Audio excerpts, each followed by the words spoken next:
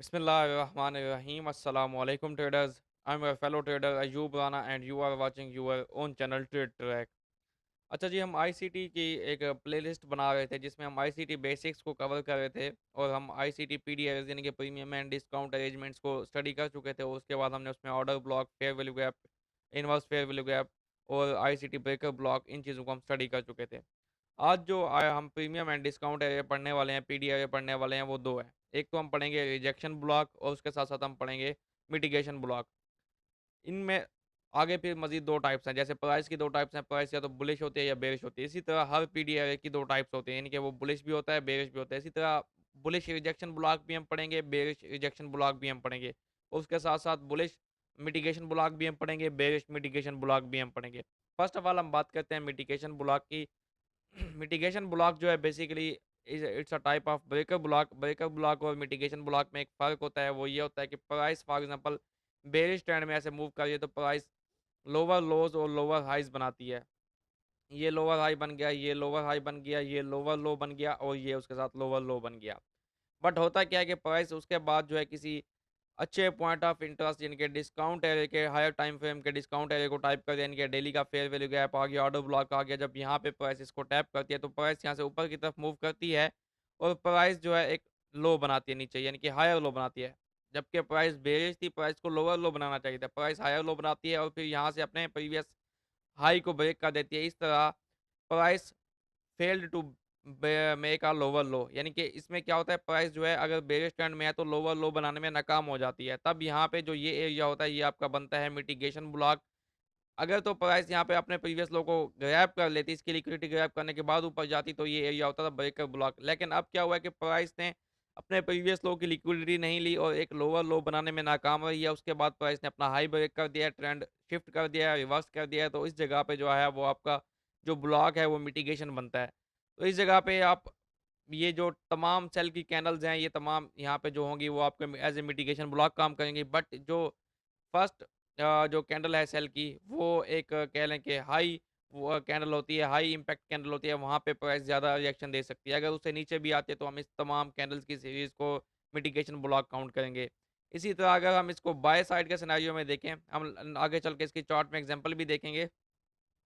By side के scenario में ये होता है कि प्राइस एक हाई बनाती है, फिर हायर लो बनाती है, फिर हायर हाई बनाती है, फिर हायर लो बनाती है, इसी तरह फिर हायर हाई बनाती है।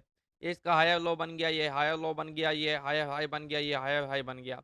उसके बाद प्राइस किसी हायर टाइम फ्रेम के पीडी एरिया को टैप करती है, जो कि डेली, वीकली या 4 आवर्स का कोई ऑर्डर ब्लॉक हो सकता है, फेयर वैल्यू गैप हो सकता है, कुछ भी हो सकता है। यहाँ पे रिजेक्शन लेने के बाद प्राइस नीचे आती है, ठीक है जी?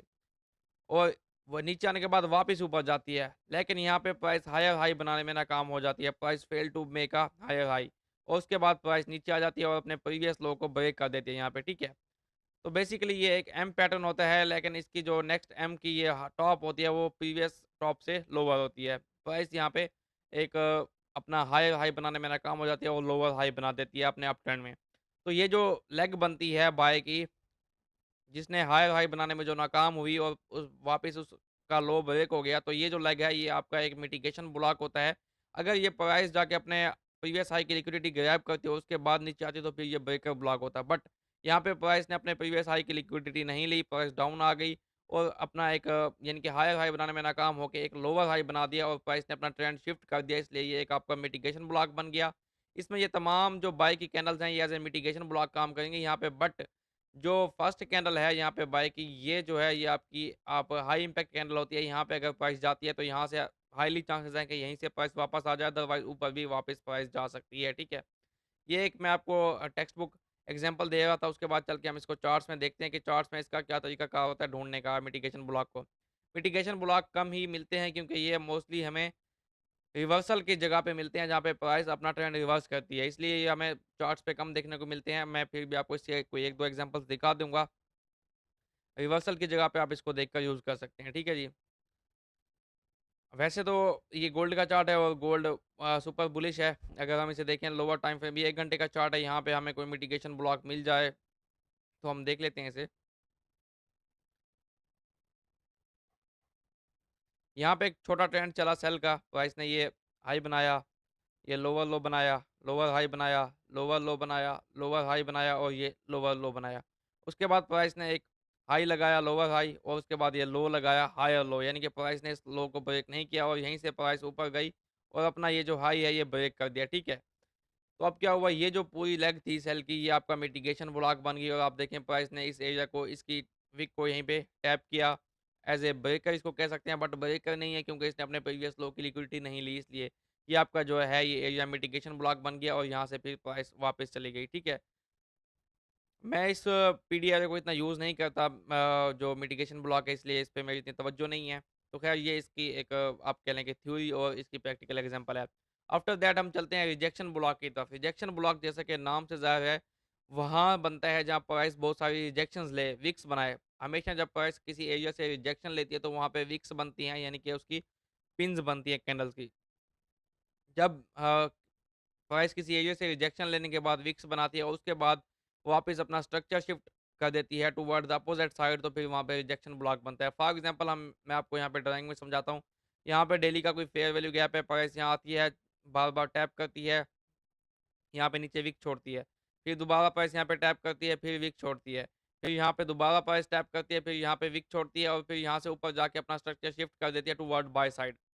अब जो ये आपका रिजेक्शन ब्लॉक है, ये आपका लास्ट पीडीआर होता है और लास्ट पॉइंट ऑफ इंटरेस्ट होता है। मोस्टली आपने लोगों को देखा होगा, विक्स को as a point of interest mark करते हैं, बहुत अच्छी स्ट्रैटेजी है। इसमें क्या होता है, आपका रिस्क बहुत कम हो जाता है। क्योंकि अगर यहाँ पे प्राइस नीचे आती है, यहाँ पे फेयर वैल्यू गैप है, यहाँ पे ऑर्डर ब्लॉक है, प्राइस इसको आप यहाँ से बाय लेंगे, ऑर्डर ब्लॉक से बाय लेंगे, बट प्राइस क्या करेगी कि अपनी जो विक है, इसको as a rejection block tap करके यहाँ से ऊपर जाएगी। इसलिए जो रिजेक्शन ब्लॉक है, इसके फेल होने के चांसेस भी कम होते हैं और यहाँ पे आपका रिस्क भी कम होता है। ये एक बहुत अच्छा पीडीआर है। तो रिजेक्शन ब्लॉक क्या होता है? प्राइस जो है जहाँ पे बहुत सारे विक्स बनाए, रिजेक्शन ले और उसके बाद जाके बाय साइड पे, अगर तो डाउन का ट्रेंड है, बाय साइड पे स्ट्रक्चर शिफ्ट दे दे तो आपका वो बुलिश जो है रिजेक्शन ब्लॉक बन जाएगा। अगर तो वो सेल का ट्रेंड है, सॉरी बाय का ट्रेंड है, जैसे प्राइस बाय में जा रही है, मैं यहाँ पे दूसरी एग्जांपल ड्रा कर देता हूँ।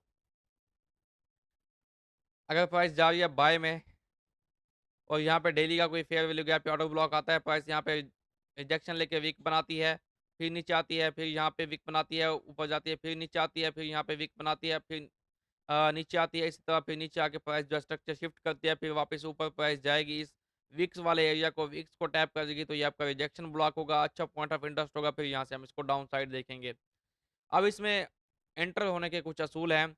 जो विक है, सबसे लॉन्गेस्ट विक जो है आप उसको मार्क कर लेंगे एज़ ए रिजेक्शन ब्लॉक और जब प्राइस अगर तो बाय साइड में प्राइस ने स्ट्रक्चर शिफ्ट किया है और प्राइस वापस डाउन साइड रिट्रेसमेंट लेती है, तो आपने देखना है लोवेस्ट ओपन और क्लोज जो कैंडल होगी, उसको आपने उसके नीचे जैसे ही प्राइस जाएगी वहाँ से आपने बाय कर लेना है, ठीक है? अगर तो प्राइस बाय साइड की तरफ स्ट्रक्चर शिफ्ट दे चुकी है, वापस डाउन साइड रिट्रेसमेंट लेती है और आपने विक को as a point of interest as a rejection block mark कर रखा है, तो जैसे ही आपने देखना है कि लोवेस्ट ओपन और क्लोज जो कैंडलस्टिक है उसके नीचे अगर प्राइस जाती है, तो वहाँ से आपने बाय इनिशिएट कर देना है। स्टॉप लॉस आपका जो है रिजेक्शन ब्लॉक जो यानी कि वो वीक है, लॉन्गेस्ट वीक है, उसके 10 या 20 पिप छोड़ के उसके नीचे स्टॉप लॉस दे देंगे।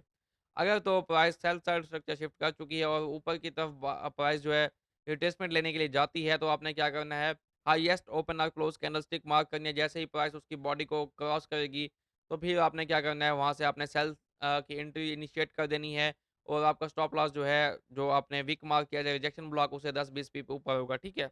मैं इसकी कुछ एग्जांपल्स आपको चार्ट में दिखा देता हूँ। Rejection block is my favourite, ये आपका बहुत अच्छा कह लें कि पीडीआर होता है क्योंकि इसमें आपका रिस्क बहुत कम होता है और इसके फेलियर के चांसेस बहुत कम होते हैं। कुछ रिजेक्शन ब्लॉक मैंने मार्क किए हैं, ये रिजेक्शन ब्लॉक था, ये फेल हुआ क्यों? क्योंकि जब काउंटर ट्रेंड में जो भी अब आपका पीडीआर होगा वो हमेशा फेल हो जाएगा, वहाँ से थोड़ी बहुत प्राइस रिजेक्शंस तो लेगी लेकिन वो अल्टीमेटली फेल हो जाएगा। बाय का ट्रेंड था, ये सेल का रिजेक्शन ब्लॉक था, आप देखें यहाँ पे ये जो विक थी, इसने प्राइस को यहाँ पे रोक के रखा, उसके बाद प्राइस ने इसको ब्रेक किया और फिर उसके बाद प्राइस ऊपर चली गई, ठीक है? ये आपका बुलिश सॉरी बेरिश जो था वो रिजेक्शन ब्लॉक था। इसी तरह अगर आप यहाँ पे देखें तो ये आपका बुलिश रिजेक्शन ब्लॉक था, ये लोएस्ट आपकी विक थी और यहाँ पे देखें आपकी लोएस्ट ओपन और क्लोज कैंडल स्टिक कौन सी है, ये बाय की कैंडल है। इसके नीचे जैसे ही प्राइस गई, आपने यहाँ पे बाय इनिशिएट की, स्टॉप लॉस इसके नीचे यहाँ से आपने बाय की और आपका टारगेट वो फिर टारगेट के लिए आपके नेक्स्ट जो भी स्ट्रैटेजी है वो आप यूज़ कर सकते हैं। अभी हम बेसिक्स पढ़ रहे हैं तो हम यहाँ पे सिर्फ रिजेक्शन ब्लॉक को स्टडी कर रहे हैं। इसी तरह यहाँ पे अगर आप देखें आपकी लॉन्गेस्ट विक कौन सी है, ये आपकी विक बनी, उसके बाद प्राइस ने यहाँ पे स्ट्रक्चर शिफ्ट दिया, ठीक है? तो ये जो लॉन्गेस्ट विक है ये आपकी बन गई रिजेक्शन ब्लॉक और लोएस्ट ओपन और क्लोज कैंडलस्टिक ये वाली है। इसके नीचे जब प्राइस आई तो आपने यहाँ से बाय इनिशिएट की, इसके नीचे आपने स्टॉप लॉस दिया और इसका आपका ये टारगेट, ठीक है। अब देखिए मोस्टली जो है प्राइस विक्स को रिजेक्शन विक्स से रिजेक्शन ले रही है, विक्स तक आती है। इसलिए आप विक्स को अगर as a rejection block mark करके ट्रेड करेंगे तो आपका यहाँ पे जो है रिस्क है वो बहुत कम होगा। यहाँ पे अगर आप देखें तो ये विक है, ठीक है। और उसके बाद प्राइस ने यहाँ पे स्ट्रक्चर शिफ्ट दिया हुआ है और ये जो हाईएस्ट ओपन और क्लोज कैंडल है वो ये वाली है। प्राइस जैसे इसके ऊपर गई आपने यहाँ पे सेल ट्रेड एग्जीक्यूट की, इसके 10-20 पिप ऊपर आपने स्टॉप लॉस दिया, आप नीचे देखें ये आपका टारगेट चल गया। तो पीडीआरए जो हैं ऑलमोस्ट हमारे यहाँ पे खत्म हो चुके हैं, क्योंकि अगर आप जितना सिंपल रखेंगे ट्रेडिंग को तो उतना आपके लिए बेहतर है। वैसे तो एज आईसीटी सेज 100 प्लस पीडीआरएस हैं, आप कितने पीडीआरएस याद करेंगे, इसलिए 2-4 पीडीआरएस उठाएं, उनमें से 1-2 को आप मास्टर करें, 1-2 को अपनी स्ट्रेटजीज में यूज़ करें और आगे अपनी स्ट्रेटजी बनाएं। ठीक है, पीडीआरएस का हमारी जो प्लेलिस्ट है वो यहाँ पे खत्म हो गई। नेक्स्ट भी हम नेक्स्ट प्रोफाइल्स को स्टडी करेंगे आईसीटी की, जिस इसके बाद इन तमाम प्रोफाइल्स को हम मिला के अपनी स्ट्रेटजीज बनाने के काबिल होंगे। ठीक है, उम्मीद है मेरी वीडियो आपको अच्छी लगी होगी। वीडियो अच्छी लगी है तो उसको लाइक और कमेंट लाज़मी कीजिएगा। Thanks for watching, good luck for your trades, अल्लाह हाफ़िज़।